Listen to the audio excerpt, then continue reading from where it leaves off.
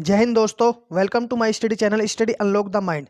If you are learning English speaking from my classes, so please subscribe my channel and press on bell icon. Let's start the class.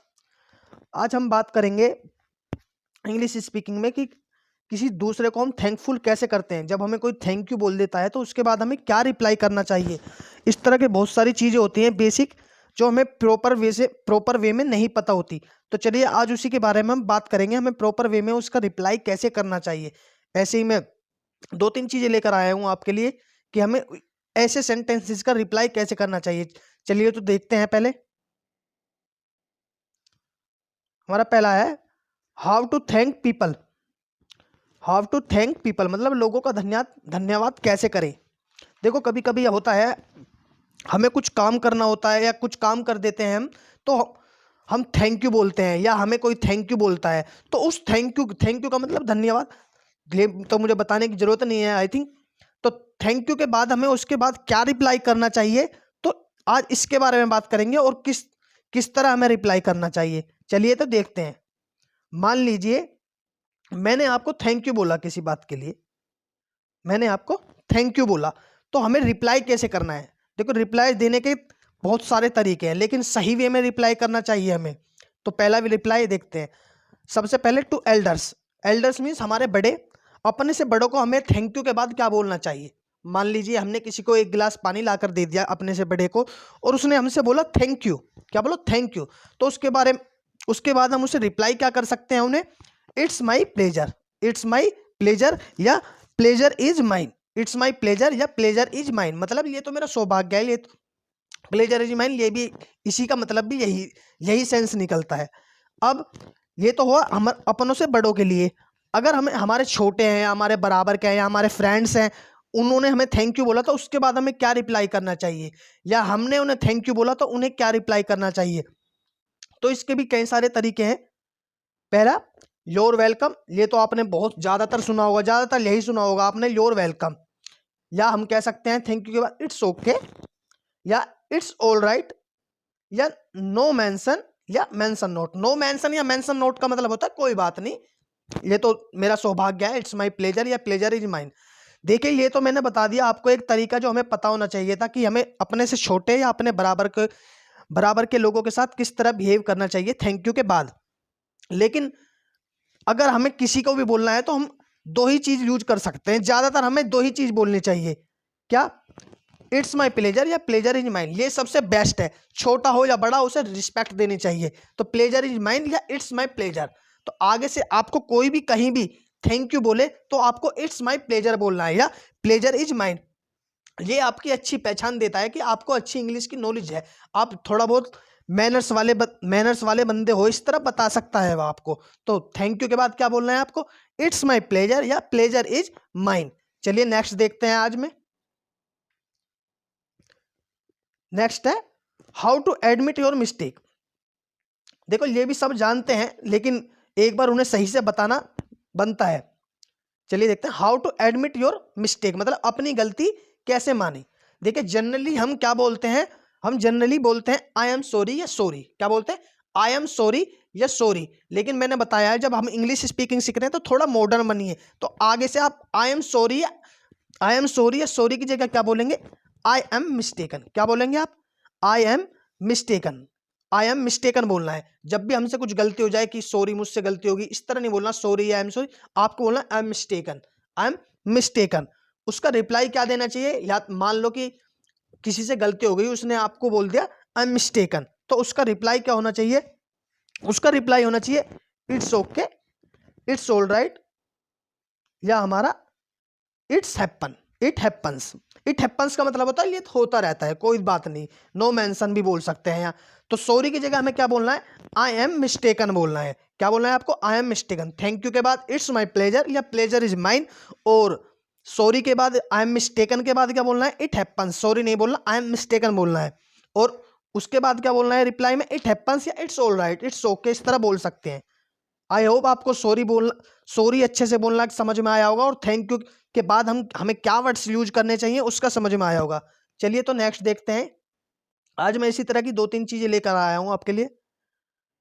अब देखते हैं कुछ emotions की बात करते हैं। कभी कभी ऐसा होता है हमें कोई किसी बात की खबर देता है, किसी बात की हमें खबर देता है, या हमारे सामने कोई ऐसा इंसिडेंट हो जाता है, तो हमारे मन में ऐसे लगता है यार बहुत बुरा लगा, यार मुझे बहुत अच्छा लगा। इस तरह हमारे मन में फीलिंग्स आती हैं, इमोशंस आते हैं, तो उनको हमें कैसे बताना चाहिए। मान लीजिए, चलिए शुरुआत से करते हैं। सुनकर, साउंड्स गुड, साउंड्स गुड इसका मतलब होता है सुनकर अच्छा लगा, सुनकर अच्छा लगा। मान लो कि हमारे घर में किसी मेरे भैया की या किसी की भी अच्छी जॉब लगी है, तो हमें खबर आई है, तो पहले तो हम उसे कॉन्ग्रेचुलेशंस बोलेंगे, फिर उसके बाद बोलेंगे, सबसे पहला वर्ड हमारे दिमाग में यही आएगा, यार बहुत अच्छा लगा सुनकर, भाई अच्छा लगा मुझे बहुत, तो हमारे मन से निकलेगा बहुत अच्छा लगा, तो हम उसे आगे से बोलना साउंड्स गुड, साउंड्स गुड। कुछ भी जब भी अच्छी बात का हमें पता लगे, न्यूज मिले, अच्छी खबर, जब भी अच्छी न्यूज मिलती है तो हमारे मुंह से खुशी होती है, तो उस खुशी को हमें कैसे जाहिर करना है, साउंड्स गुड, साउंड्स गुड, सुनकर अच्छा लगा मुझे। और लेकिन कभी कभी ऐसा भी होता है, हमें दुख होता है। क्या होता है? दुख। मान लो हमें किसी की डेथ की खबर मिली कि भाई हमारे पड़ोसी में ये अंकल जी रहते थे, अंकल जी रहते थे, उनकी वे अब नहीं रहे इस दुनिया में, तो फिर उसके बाद हमारे मन से सबसे यही निकले, यार बहुत अच्छे इंसान थे, सुनकर बहुत दुख आया, बहुत अच्छे इंसान थे, सुनकर बहुत दुख हुआ, तो हम वहाँ क्या बोलेंगे, साउंड सैड, यार साउंड सैड। तो सुनकर जब हमारे मन में दुख की फीलिंग आती है तो हमें बोलना चाहिए साउंड सैड। उसे फीलिंग के साथ बोलना है, ये नहीं कि इंग्लिश ही बोलनी है आपको, आपको फीलिंग के साथ होना चाहिए। जैसे सुनकर अच्छा लगा, साउंड्स गुड, साउंड्स गुड, इस तरह हमें रिएक्शन देने हैं। और सुनकर दुख हुआ हमें, तो साउंड सैड, साउंड सैड, इस तरह बोलना है हमें, साउंड सैड। नेक्स्ट देखते हैं। कभी कभी ऐसा लगता है, ऐसा होता है, हमें किसी बात को सुनकर बहुत बुरा लगता है।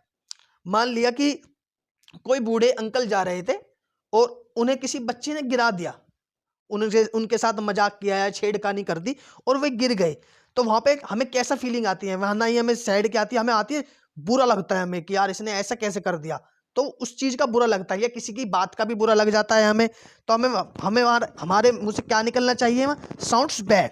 क्या? Sounds bad. तो वहां हमारे मुंह से साउंड्स बैड निकलेगा। साउंड्स गुड, सुनकर अच्छा लगा, सुनकर दुख हुआ यार साउंड्स सैड, और सुनकर बहुत बुरा लगा यार साउंड्स बैड, साउंड्स बैड। मान लिया किसी बच्चे ने अपने पापा जी को कुछ गलती से कुछ बोल दिया, बुरा बुरा भला कह दिया, तो वहां से मुंह से यही निकलता है, यार बहुत बुरा हुआ, ये तो बहुत बुरा हुआ, बहुत बुरा लगा सुनकर मुझे, तो साउंड्स बैड। ऐसे ही कभी कभी फनी बात हो रही होती है, मजाक चल रहा होता है, तो वहां पर हमारे मुंह से यही निकलता है, भाई मजा आ गया, इस तरह क्या निकलता है, मजा आ गया, सुनकर बहुत फनी लगा मुझे, तो वहां क्या बोलते हैं, साउंड्स फनी। क्या बोलते हैं हम? Sounds funny. चलिए, आई होप आपको अच्छे से समझ में आ गया होगा इमोशंस में हमें कैसे बोलना चाहिए, कि sound sad, sounds good, sounds bad, sounds funny. जब भी अच्छी न्यूज होती है तो वह साउंड्स गुड, जब भी दुख भरी न्यूज होती है तो वह साउंड सैड, जब भी बुरा लगता है हमें किसी बात का, साउंड्स बैड, और सुन के जब हंसी हंसी आती है किसी बात पर, मजाक सा लगता है, तो साउंड्स फनी, सो फनी, इस तरह बोल देते हैं। चलिए अब नेक्स्ट देख लेते हैं, reply off this type of sentences, मतलब इस तरह के जो सेंटेंसेस होते हैं उनका रिप्लाई कैसे करते हैं, किस तरह के सेंटेंसेस। कभी कभी ऐसा होता है, हम किसी से बहुत दिनों बाद मिल रहे होते हैं, या हम किसी से फोन पर बात कर रहे होते हैं, तो वो कहता है यार मुझे तुम्हारी बहुत याद आ रही है, मैं तुम्हें बहुत मिस कर रहा हूँ, या मैं तुम्हें मिस करता हूँ, या मैंने तुम्हें बहुत मिस किया, या मैं तुम्हें मिस करूंगा, तो इस तरह हम बोल देते हैं। तो उसके रिप्लाई में हमें क्या जवाब देना चाहिए, उसे हमें प्रॉपर वे में पता होना चाहिए। वैसे तो हम सेम हेयर बोल सकते हैं, मैंने आपको सेम हेयर बोलना सिखाया था, लेकिन हम सेम हेयर की जगह इन सेंटेंसेस में खास तौर पे स्पेशली यही बोलेंगे जो मैं आपको सिखाने जा रहा हूं। चलिए देखते हैं। आई am missing you, I am missing you मतलब मैं तुम्हें मिस कर रहा हूं, तो इसका जवाब रिप्लाई में क्या देना, सो एम आई, मतलब मैं भी कर रहा हूं, मतलब इसका मतलब होता है मैं भी कर रहा हूं। यहाँ एम का यूज क्यों हो रहा है, क्योंकि यहाँ रनिंग में चल रहा है, प्रेजेंट में, मैंने बताया था ईजेएमआर वहां का यूज होता है जहाँ प्रेजेंट में रनिंग में काम चल रहा होता है। तो मैं तुम्हें मिस कर रहा हूं, आई एम मिसिंग यू, तो वहां में क्या बोलना है, सो एम आई, मैं भी कर रहा हूं, वहां पे सेम एयर नहीं, सो एम आई बोलना है। आगे, आई मिस यू मीन्स मैं तुम्हें मिस करता हूं, मैं तुम्हें मिस करता हूं, इसका जवाब में देना है हमें, मैं भी करता हूं, तो हम सेम एयर नहीं, हमें क्या बोलना है, सो डू आई। यहाँ डू इसलिए क्योंकि प्रेजेंट में कोई भी हम काम करते हैं तो वहां डू का यूज होता है, तो डू यही बता रहा है हमें। आई मिस यू, मैं तुम्हें मिस करता हूं, तो यहाँ क्या बोलना है, सो डू आई। आगे, I missed you, I missed you, इसका मतलब मैंने तुम्हें मिस किया था, मैंने तुम्हें मिस किया, बहुत मिस किया, तो हम क्या बोलेंगे, वहाँ सो डू आई। हम किसी से बहुत दिनों बाद मिल रहे हैं मानो, और वो हमसे कहता है आई मिस्ड यू, मैंने तुम्हें बहुत मिस किया, तो हम ये बोल सकते हैं सो डिड आई, मैंने भी मिस किया था, मैंने भी मिस किया था। Next, I will miss you, मैं तुम्हें बहुत मिस करूंगा। हम कहीं अलविदा ले रहे हैं और हम कहीं जा रहे हैं दूर, तो हम यही बोलते हैं, अक्सर यही बोलते हैं I will miss you, I will miss you. तो हमें उसका रिप्लाई कहते हैं ना सो विल आई, मतलब मैं भी करूंगा। तो आई होप ये आपको अच्छे से समझ गया हो, यू हैव गोट। चलिए नेक्स्ट देखते हैं आज का हमारा क्या है।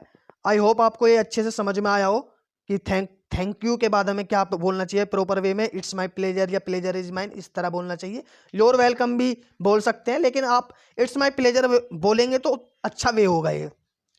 How to admit your mistake, I am sorry की जगह आई एम मिस्टेकन बोल सकते हैं, और उसके बाद रिप्लाई में इट हैपन्स या इट्स ओके, इस तरह बोल सकते हैं। सम इमोशंस, सुनकर कोई न्यूज अच्छी न्यूज मिलती है तो साउंड्स गुड, कोई दुखी वाली न्यूज मिलती है हमें सुनकर दुख मिलता है तो साउंड सैड, और बुरा लगता है तो साउंड्स बैड, और जब मजाकिया बात चल रही होती है तो साउंड्स फनी, इस तरह। और इस तरह के सेंटेंस जब मुझे याद आ रही है, I am missing you so am I miss you so do I missed you, मैंने तुम्हें मिस किया था, सो do I, so did I, मैंने भी मिस किया था।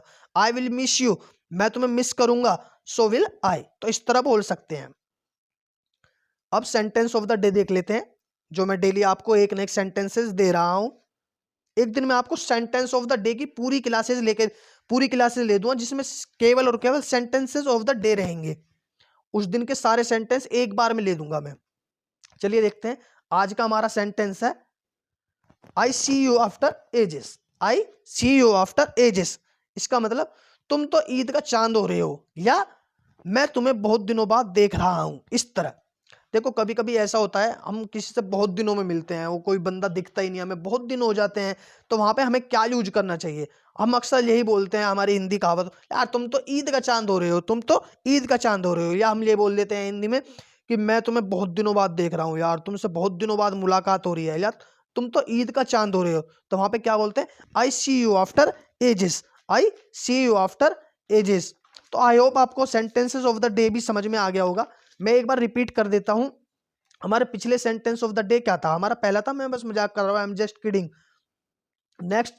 नेक्स्ट था हमारा make a point of it, इस बात की गांठ बांध लो, make a habit of it, इस चीज की आदत बना लो। बैड हैबिट्स डाई हार्ड, बुरी आदतें मुश्किल से जाती हैं। बैड हैबिट्स नेवर डाई, बुरी आदतें कभी नहीं जाती। डोंट टॉक रबिश, बकवास मत करो। Don't take it to heart, please इस बात को दिल पर मत लो। लॉन्ग टाइम नो सी, बहुत दिन हो गए आपको देखा नहीं। लॉन्ग टाइम नो कुछ भी बोल सकते हैं हम, long time no cold drink, long time no samosa, बहुत सारी चीजें हैं हम जो बोल सकते हैं। फिर मैंने बताया था you are under the wrong impression, मतलब आप गलतफहमी का शिकार हो, आप गलतफहमी का शिकार हो, या आपको गलतफहमी हुई है, तो इसका क्या बोलते हैं हम, you are under the wrong impression. तो I hope you have got today's classes. मैं आपको इसी तरह क्लासेस लाता रहूंगा, नेक्स्ट क्लासेस भी इसी तरह होगी, कुछ नया फॉर्मूला बताऊंगा आपको। तो thank you so much guys, have a nice time all of you, good night.